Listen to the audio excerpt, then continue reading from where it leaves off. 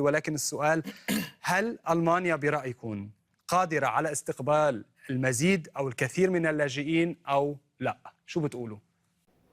أكيد لا، أنا من ناحيتي لا. عشان إنه صار ضغط كبير. يعني لاجئين سوريين عم بسووا ضغط، اوقات عم بسووا معده، حسب يعني كل واحد تمرينه. عشان هي وصلت هلا لا خلص واللي بعدها لا مو هيك قصدي. لا عفوا، أنا بعتذر منك. دايا لا، عندها وجهه نظر، بدها تشرح وجهه نظر، لا نظلمها، تفضلي. بس إنه مثل ما قلت لك أنا وفهمتك وجهة نظري، إنه مو عم تستقبل من جنسية واحدة، عم تستقبل من كتار. فمثل ما حكى الأخ من شوي إنه المفروض يتوزعوا على الدول الثانية. أنا ما قصدي إنه ألمانيا ممنوع تستقبل، قصدي إنه لازم دول ثانية تستقبل كمان معها، فهي صار ضغطها عليها كبير.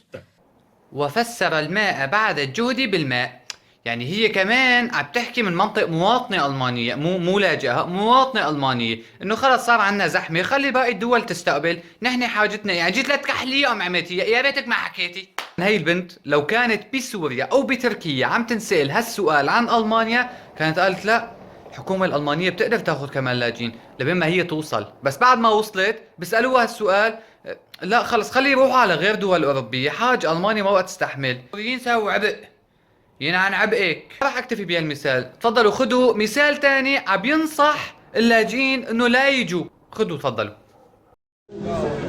وضع اللاجئين في مالمو حاليا بالسويد. اللي عم يفكر يجي على السويد بنصحه لا يجي، لانه شوف الوضع كيف صاير بالسويد هلا.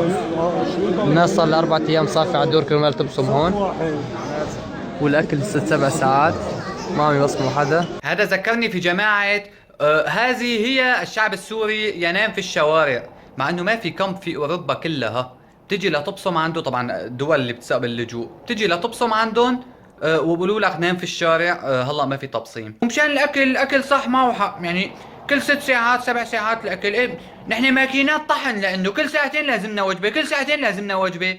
إيه بقرا حلابه اشباك وغرف ما في. وموضوع البرد لا تحكوا عنه، هذا شيء ثاني. جماعة السويد اللي مفكر يجي على السويد كمان بنصحه مرة ثانية لا يجي على السويد ابدا.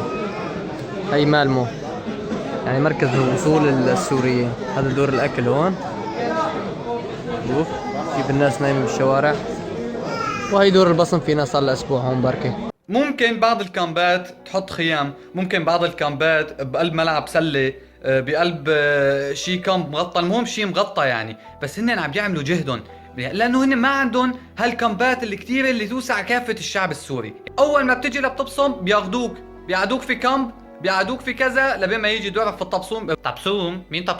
تبصيم قصدي. بيصور لك 50-20 نفر قدامك وبيقول لك شوف الضغط، شايف ما الخلق واقف على التبصيم صار له اسبوع، وهدول واقفين على الاكل صار لهم 4 ايام.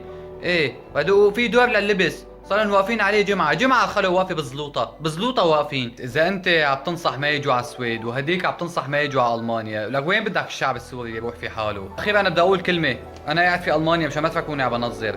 اللي بده يجي على المانيا اقسم بالله حياه تانية، اقسم بالله كل شيء غير، وجنسيه بتاخذ، ما في شيء اسمه بعد 8 سنين، 5-6 سنين بالكثير بتاخذ جنسيه باذن الله، بس بدك تكون عم تشتغل. اي واحد شمتان بالسوريين اللي موجودين بالسويد لقرار الاقامه اللي طلع انه ما بقى في اقامه دائمه للسوريين، انت اوسخ من النازيه نفسهم، اوسخ منهم واوسخ من اللي عم يقتل، لانه انت واللي عم يقتل قاسم مشترك واحد بيناتكم، انه اثنيناتكم ما بدكم اللي قدامكم يعيش. انت اوسخ منه. ما في شيء طبعا اسمه إقامة دائمة، هي إقامة 5 سنين وصارت 3 سنين. بألمانيا كان ممكن يعطوا إقامة دائمة، بس ما في شيء اسمه إقامة 5 سنين بألمانيا، أكثر إقامة هي 3 سنين اللجوء السياسي، بعد ال3 سنين بتاخذ شيء اسمه unbefristet، على تاريخ الصلاحية مكتوب هالكلمة، يعني unlimited، يعني غير محدد، ما في تاريخ انتهاء صلاحية للإقامة. إذا جاي مشان تشتغل وتبني حالك تعا، والله تعا، خطيتك في هالرقبة تعا. بس لا حدا يسألني أنا إيش خرج أعمل إيش ما، يعني أنا بالأخير بشتغل شؤون الأجانب، ممكن مترجم، بس ممكن يعني هاي الشغلات ما عندي اطلاع كتير كبير، وبتمنى ما حدا يسألني شلون الطريقة اللي أقدر أجي فيها، لأني أنا مالي مهرب. أنا بحب أنصحك إنك تجي، أنا مني وعلي لو ترجع فيني الزمن 4-5 سنين لورا يرجع يقولوا لي وين بدك تقدم لجوء، بقول لهم ألمانيا، وما بغير غير ألمانيا. السلام عليكم ورحمة الله، إن شاء الله درب السلامة للي بده يجي، والله يوفق اللي موجود هون، إن شاء الله يبلش حياة حلوة. السلام عليكم.